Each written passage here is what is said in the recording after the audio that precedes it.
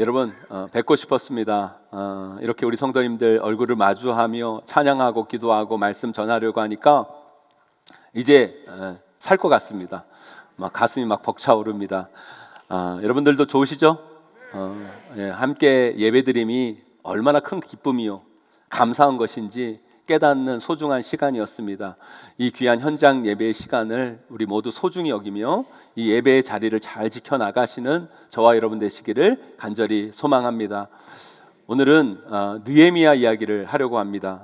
느헤미야는 바벨론 포로로 끌려갔던 이스라엘 백성들을 데리고 또 예루살렘으로 돌아와 예루살렘의 재건을 시작했던 인물이 바로 느헤미야입니다. 느헤미야가 예루살렘으로 돌아오기까지의 과정, 예루살렘을 재건하기 위해 성벽을 쌓은 과정들을 제가 여기서 다 설명드릴 수는 없어요. 그러나 이것만은 꼭 말씀드리고 싶어요. 느헤미야가 예루살렘으로 돌아가는 것을 아닥사스다 왕에게 허락받는 것에서부터 시작해서 이스라엘 백성들을 데리고 귀환하고 성벽을 쌓은 그 과정을 한마디로 표현한다면 맨땅의 헤딩이었습니다. 그렇게밖에 말씀드릴 수가 없을 것 같아요. 정말 남들이 보면, 다른 사람이 보면 상상할 수 없는, 그게 돼? 그게 어떻게 가능해? 말도 안 돼. 이렇게 말할 수밖에 없는 일들을 느헤미야는 해냅니다. 꽉 막힌 이스라엘 민족의 그 삶의 현실의 벽에 돌파구를 만들어 그것을 뚫고 나간 사람이 바로 느헤미야였다는 거예요. 꽉 막힌 이스라엘 민족의 삶, 타향살이 포로 생활 속에 좌절과 절망과 낙심 가운데 곤두박질 쳐가는 이스라엘 백성과 민족들 가운데 아무것도 할 수 없는 그들 가운데 느헤미야는 민족의 돌파구를 만들어낸 사람이 바로 그였다는 거예요.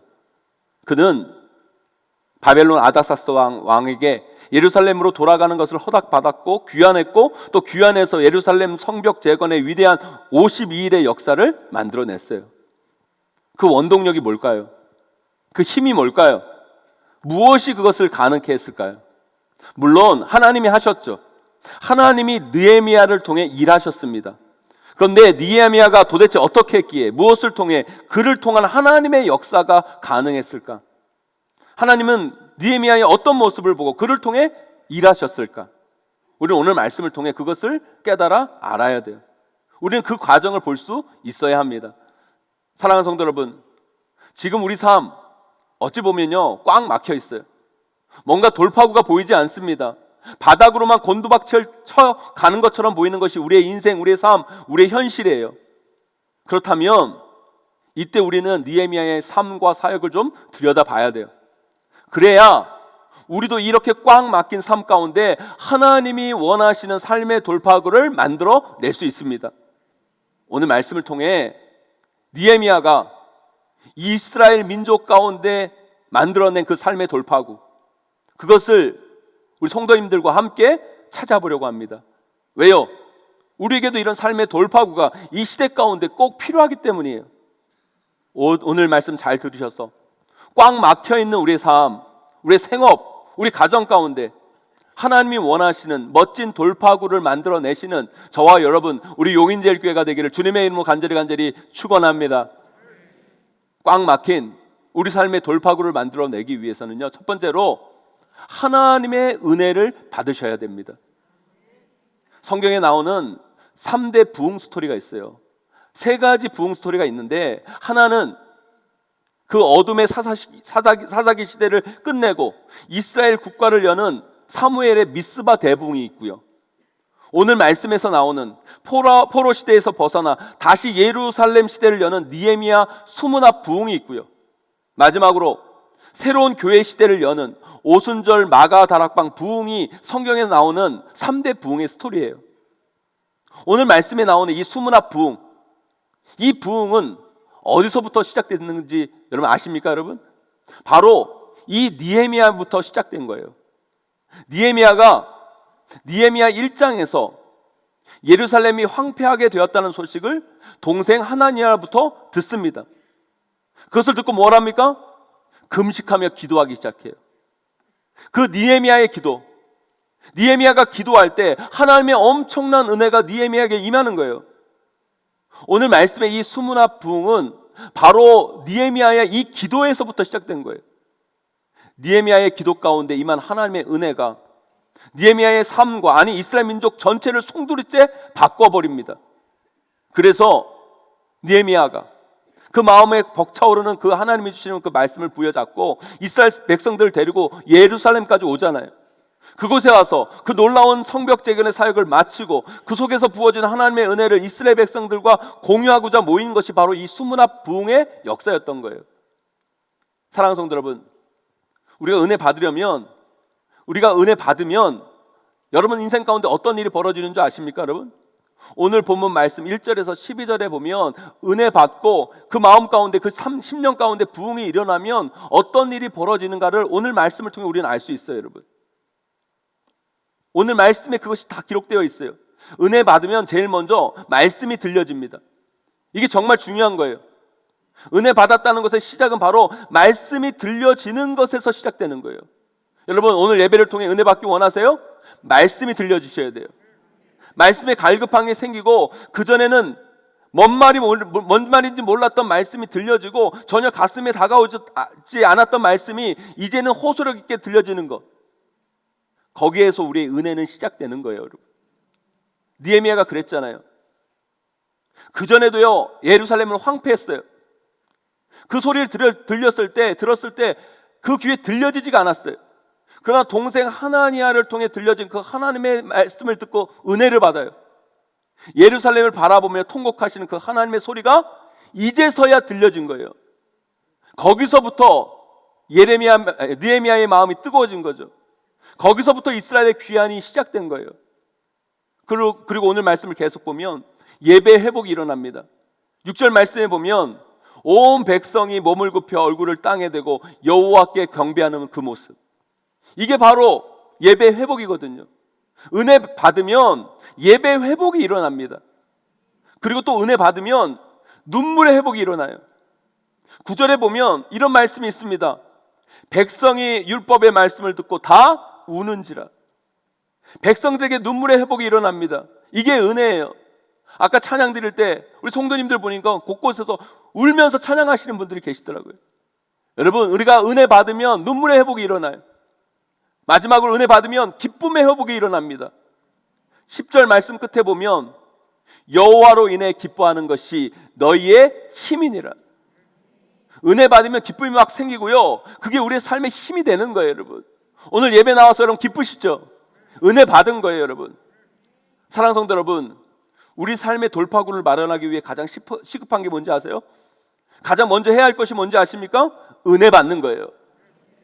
은혜에서 시작되는 거예요. 은혜 받음을 통해 말씀이 회복되고 우리 예배가 회복되고 메말랐던 눈물이 회복되고 우리 삶의 힘이 되는 기쁨이 회복되어야 됩니다. 여러분, 거기서부터 우리 삶의 돌파구가 마련되는 거예요.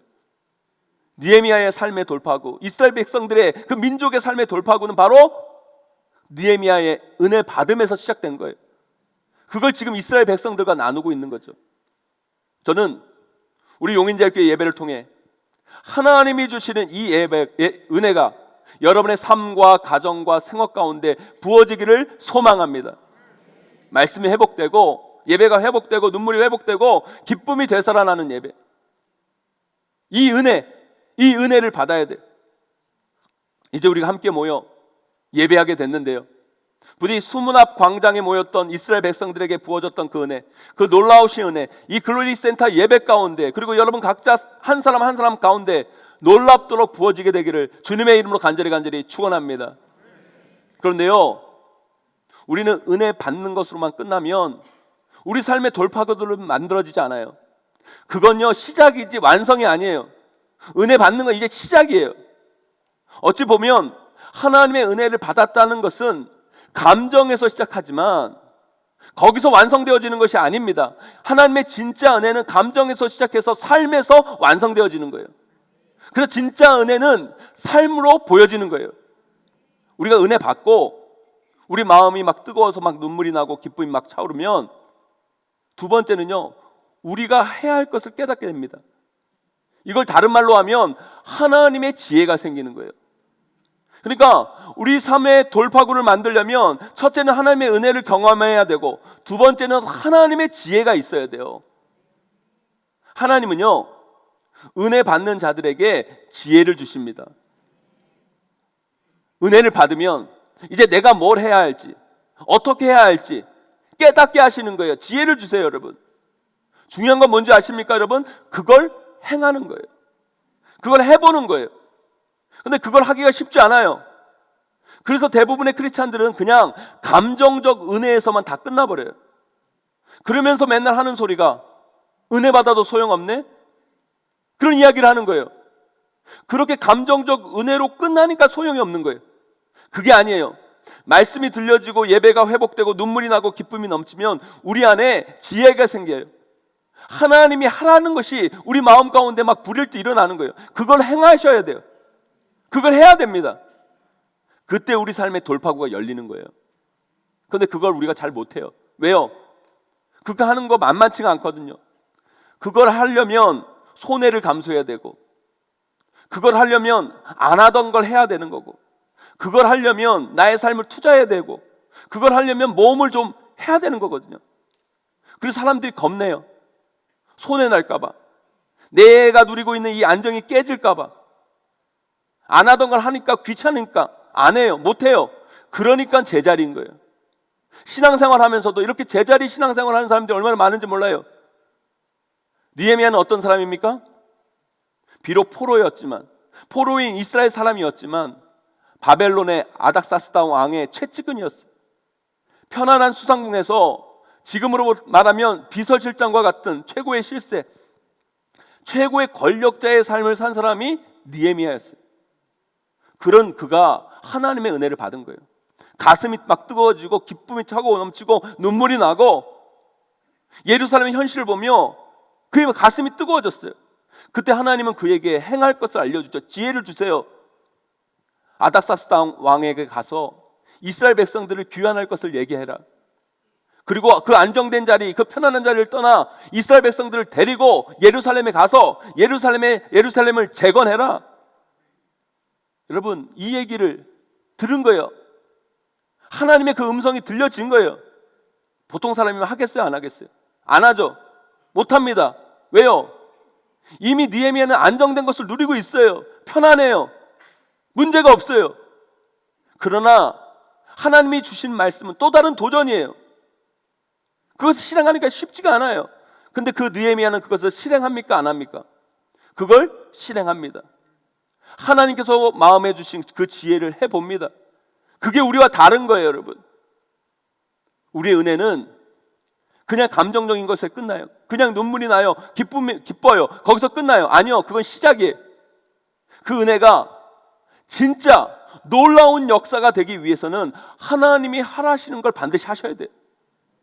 하나님이 주신 지혜를 가지고 삶을 만들어 가셔야 돼요. 느헤미야가 그걸 했을 때 이스라엘 민족 가운데 새로운 돌파구가 만들어진 거예요. 사랑하는 성도 여러분, 우리도 해야 돼요. 하나님이 말씀하시면, 하나님이 지혜 주시면 그걸 한번 해보셔야 돼요. 그럼 꼭 이렇게 말씀하시는 분들이 계세요. 목사님, 그게 하나님의 말씀인지 내 생각인지 하나님의 지혜인지 내 뜻인지 어떻게 합니까? 저희 물어요. 제가 여러분들에게 말씀드렸잖아요. 성경에서 제 아니라고 한 건 다 해보라고, 괜찮다고. 여러분, 예배를 통해 은혜를 받았어요. 막 눈물이 나요. 내 마음 가운데 막 기쁨이 넘쳐요. 그런데 뜬금없이 내 마음 가운데 아프리카에 물 없어 못 마시는 아이들을 위해서 우물을 하나 파라는 마음이 막 생겨요. 이게 하나님의 뜻인지 내 생각인지 어떻게 알아요? 그걸 꼭 뭐 알려고 그래요, 여러분. 좋은 거 아니에요, 여러분. 죄 짓는 것도 아닌데 고민할 게 뭐 있어요? 한번 해보는 거예요, 여러분. 해보면 압니다. 그게 하나님의 뜻인지 아닌지 해보는 거예요, 여러분. 우리의 인생은 은혜 받고 고민하는데 끝내요. 이게 하나님의 뜻인지 아닌지. 그게 아니에요, 여러분. 하나님 우리에게 감동을 주시면, 하나님께 나에게 도전의 마음을 주시면 행하는 거예요, 여러분. 그럴 때 하나님의 역사가 여러분을 통해 나타나는 거죠. 오늘 우리가 현장 예배를 재개했습니다.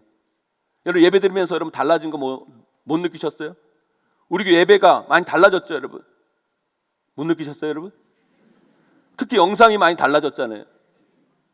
여러분, 이런 영상을 써서 이렇게 예배하는 게 솔직히 여러분 신학을 공부하는 담임 목사로서 부담이 없는 게 아니에요.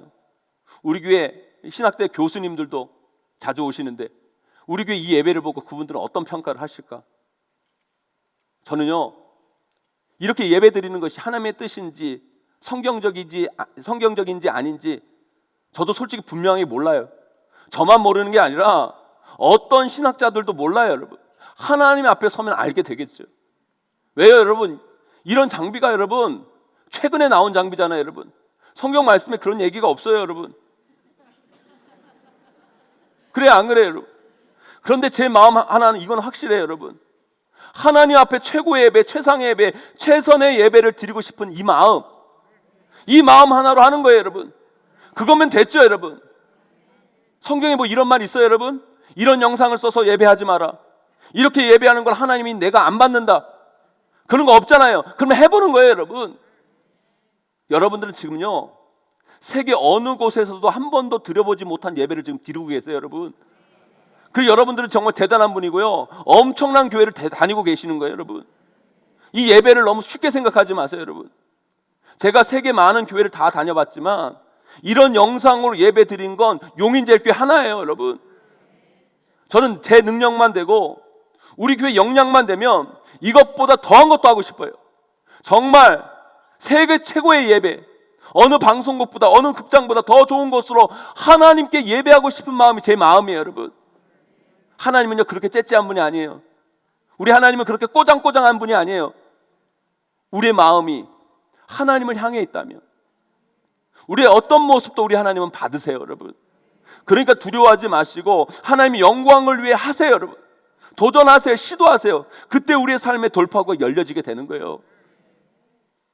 온라인으로 예배를 드리고 사역을 멈출 수밖에 없는 과정 속에서 저에게는 참 인고의 시간이었어요. 어려움도 많았지만 견뎌내고 참아내는 그 과정 가운데 하나님께서 저에게 크신 은혜를 주셨어요. 눈물도 났고 기쁨도 있었고, 그 속에서 과연 이 코로나 시대, 코로나 이후에 우리 교회는 어떤 방향으로 가야 되는가, 어떤 모습으로 살아가야 되는가, 그 마음이, 그런 고민들, 그런 생각들, 그것을 부여잡고 기도하기 시작했어요. 그럴 때 하나님께서 저에게 주시는 마음들이 있었어요. 지혜들이 있었어요, 여러분. 네, 물론 하나님이 직접 저에게 말씀하지 않으셨기에 이게 진짜 하나님의 소리인지 내 생각인지 전 모르지만 전 두려워하지 않고 도전할 거예요, 여러분. 시도할 거예요. 나아갈 거예요, 여러분. 그럴 때 막혔던 우리 용인제일교회 미래도 열리고, 특별히 꽉 막혀있던 이 한국교회의 돌파구가 우리 용인제일교회를 통해 반드시 열리게 될 줄 믿습니다, 여러분. 사랑하는 성도 여러분, 은혜 가운데 주신 하나님의 지혜, 그걸 우습게 여기지 마세요, 여러분. 너무 고민만 하면서 아무것도 하지 못하는 어리석은 인생 되지 마세요. 하나라도 해보셔야 돼요. 도전해 보셔야 돼요. 그 하나님이 주신 마음을 소중히 여기고 그것을 실행하세요. 그것을 삶에 적용해 나갈 때, 그때 여러분의 삶에 새로운 돌파구가 분명히 열리게 될 줄 믿습니다. 그러나 그렇게 하는 게 쉽지만은 않을 거예요. 해보세요. 아니, 쉽지 않은 정도가 아니라 여러분들이 그걸 하다 보면 정말 어려운 난관에 봉착하게 될 거예요.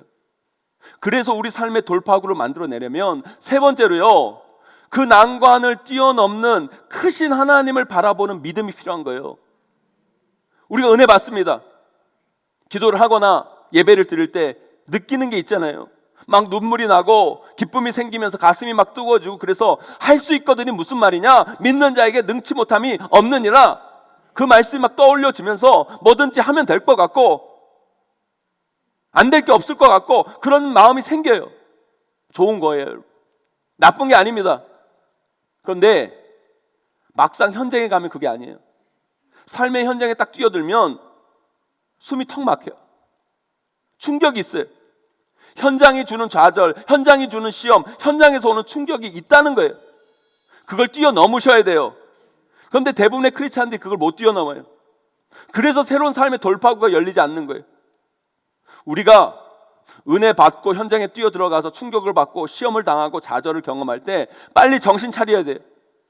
문제 뒤에 그것보다 더 크신 하나님을 바라보시는 훈련을 하셔야 돼요. 문제가 봉착할 때 도망하거나 회피하거나 절망하는 것이 아니라 그것을 뛰어넘고 하나님의 크신 능력을 바라보며 나아갈 때 비로소 삶의 돌파구가 그때 열리는 거예요. 느헤미야를 보세요. 막 뜨거워졌어요. 그래서 할 수 있을 것 같았어요. 그래서 예루살렘을 재건하기 위해 이스라엘 백성들과 예루살렘 현장으로 갔어요. 근데 그게 쉽게 되던가요? 생각대로 이루어지던가요? 아니요. 방해 세력들이 있어요. 성벽 재건을 못하게 합니다. 느헤미야를 괴롭힙니다. 이스라엘 백성들이 이간질합니다. 그때 느헤미야가 꺾이나요? 멈추나요? 도망치나요? 회피하나요? 아니요. 그 난관을 하나님을 믿는 믿음으로 뛰어넘어요. 어떻게 해요? 그것보다 더 크신 하나님이 주신 지혜로, 그것보다 더 크신 하나님을 향한 믿음으로 그것을 뛰어넘잖아요. 그래서 비로소 52일 만에 성벽 재건을 완성하고 이스라엘 백성들과 함께 모여 하나님의 말씀을 듣고 찬양하는 영광된 자리를 오늘 말씀을 통해 선포하잖아요. 사랑하는 성도 여러분, 우리가 감정적으로 은혜 받는다고 되는 게 아니에요. 우리의 삶으로 나아가면 숨이 턱 막혀요. 현실이 주는 막막함, 답답함, 좌절, 시험이 분명 있어요. 우리 크리스찬이라면, 말씀대로 살아가려고 하는 자라면 반드시 그것을 경험하게 되는 거예요. 오늘 말씀 듣고 은혜 받아서 눈물도 나고 가슴도 뜨거워지고 찬양하며 기도하면서 은혜 받아요. 그럼 결단하게 됩니다. 내가 진짜 공부도 못하고 교회도 안 가는 내 아들, 속 뒤집어 놓는 내 아들 사랑하리라. 그를 변화시키리라 마음이 생겨요. 그 마음 가지고 집이라는 현장으로 갑니다. 가보세요. 여러분, 숨이 턱 막힐 거예요. 12시간 넘었는데 아직도 쳐자고 있어요. 시험이 내일 모레인데 몇 시간 동안 게임만 하고 있어요. 현실이 주는 막막한 좌절, 시험이 있는 거예요. 그걸 뛰어넘으셔야 돼요. 흔들리지 말아야 돼요. 거기서 멈추는 것이 아니라 그 문제보다 크신 하나님, 반드시 그를 변화시킬 하나님, 그를 새롭게 하실 그 하나님을 기대하며 그 믿음의 길을 계속 걸어갈 때 새로운 돌파구가 열리는 거예요. 오늘 들어오실 때 열체크 여러분 다 하고 오셨죠? 밑에 손을 탁 놓으면 온도 체크가 딱 되면서 정상 체온은 정상입니다. 그 이상이면 삐 소리가 나고, 거기서 또 손소독제가 나오잖아요. 손독 닦고 온도도 체크하고. 정말 좋은 아이디어 아닙니까 여러분? 저만 좋은가요 여러분? 시간도 짧고 너무 좋은 거예요. 저도 소개를 받았는데요, 이 제품을 누가 만들었냐면 대구에 있는 대구 북북교회 집사님이 은혜 받아서 개발한 거래요. 은혜 받아서. 그 개발해서 처음 사업을 시작하나 봐요. 여러분, 이 코로나 시대에 기도하면서 은혜 받고 하나님이 지혜 주셔서 그걸 개발하고 사업을 시작했겠죠. 그런다고 이 어려운 시대에 그게 되나요 여러분? 자금 있어야죠. 판매처 있어야죠. 홍보해야죠. 많은 경쟁들 있죠. 수많은 난관이 그 앞에 있을 거예요. 제가 왜 설치했는지 아세요 여러분? 제품이 좋은 것도 있지만 그렇게 믿음으로 살려고 몸부림치는 사람, 이렇게 어려운 현실 가운데서 뭔가 도전하고 시도하고 뭔가 해보려는 그 사람, 그 난관 가운데 부딪혀 있는 그 사람 조금이라도 도와주고 싶어서 우리 교회가 이거 쓰는 거예요 여러분. 우리 현실이요, 우리 삶의 현실이 만만치가 않아요. 은혜 받고 가슴이 뜨거워지고 하나님께 지혜 주시고 그렇게 해서 나간다 할지라도 우리 삶이 주는 현실의 막막함이 있어요. 그 시험, 좌절이 있어요. 이거는 크리스찬이면 누구나 한 번씩 다 경험해 봐야 되는 거예요. 숨이 막혀요. 그때가 중요한 거예요. 그때 도망치거나 회피하거나 숨지 마세요. 더 크신 하나님을 바라보며 그것과 직면하셔야 돼요. 마치 골리앗 앞에 서 있는 다윗처럼. 그리고 그것을 향해 다윗처럼 선포할 수 있어야 돼요 여러분. 너는 칼과 단창으로 내게 나아오거니와 나는 만군의 여호와의 이름, 내가 모욕하는 이스라엘 군대의 하나님의 이름으로 내가 나아가리라. 오늘 여호와께서 너를 내 손으로 넘기시리니 온 땅으로 이스라엘에 하나님이 계신 줄 알게 하겠고 또 하나님의 구원하심이 칼과 창에 있지 아니함을 무리에게 알게 하리라. 전쟁은 여호와께 속한 것인즉 그가 너희를 우리 손에 넘기시리라. 사랑하는 성도 여러분, 골리앗은요 다윗 앞에만 있는 게 아니에요. 우리 삶에 늘 있는 게 골리앗이에요. 중요한 것은 다윗처럼 하나님을 믿고 그것과 맞서느냐, 아니면 사울처럼 다윗의 형들처럼 도망치고 회피하느냐에 따라 삶의 돌파구가 열리느냐 막히느냐가 결정되는 거예요. 지금 우리 앞에는요 코로나라는 골리앗이 떡하니 버티고 있어요. 우리는 이제 모든 핑계를 코로나로 다 할 수 있는 시대가 됐어요. 코로나 때문에 못한다, 코로나 때문에 어렵다, 코로나 때문에 힘들다, 그러나 믿음의 사람은 아니에요. 은혜 받고 기도하면 이 코로나 가운데서도 하나님은 지혜를 주세요.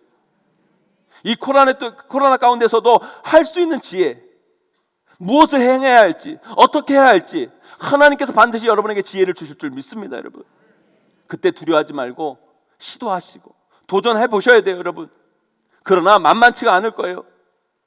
여러분들을 발목 잡는 장애물 골리앗이 여러분 앞에 떡하니 놓여 있을 거예요. 여러분, 그것을 뛰어넘으셔야 돼요. 그 문제보다 크신 하나님을 바라보시고 그 코로나를 뛰어넘는 그 하나님, 그 능력의 하나님을 바라보는 자를 통해 이 코로나는 극복되어지는 겁니다. 여러분, 사랑하는 성도 여러분, 저는 우리 용인제일교회 성도님들이 은혜 받고 나아가는 그 현실이 주는 그 막막함, 현실에서 오는 시험, 현실이 가져다 주는 절망을 넘어서는 분들이 되기를 간절히 소망합니다. 우리 앞에 골리앗이 보일 때 그것보다 더 크신 하나님을 바라보시고 그것을 이기실 그 하나님을 믿고 나아가세요.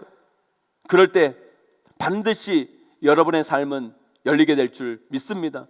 그 놀라우신 하나님의 은혜를 반드시 경험하는 저와 여러분 되시기를 주님의 이름으로 간절히 축원합니다.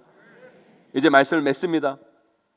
꽉 막힌 우리 삶, 나락으로만 떨어져가는 우리의 삶 가운데 새로운 돌파구가 필요합니다. 느헤미야가 경험했던 그 꽉 막힌 삶의 현실 가운데, 답답한 이스라엘 민족의 처참한 현실 가운데 느헤미야는 돌파구를 만들어냅니다. 우리도 느헤미야가 만들어낸 그 돌파구, 우리 삶 가운데도, 여러분 삶 가운데도, 용인제일교회 가운데도 열려지기를 소망합니다. 그러기 위해 은혜 받으셔야 돼요. 말씀이 들려지고 예배가 회복되고 메마른 눈에 눈물이 흐르고 기쁨이 넘치는 은혜를 받으셔야 돼요. 은혜 받으면 마음이 생겨요. 지혜가 생깁니다. 해야 할 일이 보여요. 해보세요. 시도하세요. 도전하세요. 그러나 쉽지는 않을 거예요. 삶의 난관, 현실이 우리의 발목을 잡을 거예요. 그때 그걸 뛰어넘어야 돼요. 그 난관을 극복해야 돼요. 골리앗은 다윗 앞에만 있는 것이 아니라 우리 앞에도 있습니다. 그 골리앗보다 크신 하나님, 그 골리앗을 무너뜨린 그 하나님을 믿으며 여러분 삶에 새로운 돌파구를 만들어 내시는 저와 여러분 되시기를 간절히 소망합니다. 그 돌파구가 열릴 때 우리 삶 가운데 우리가 도저히 상상할 수 없는 하나님의 그 비전과 하나님의 역사가 분명 현실로 나타나게 될 것입니다. 그 은혜를 반드시 경험하시는 저와 여러분 되시기를 주님의 이름으로 간절히 축원합니다.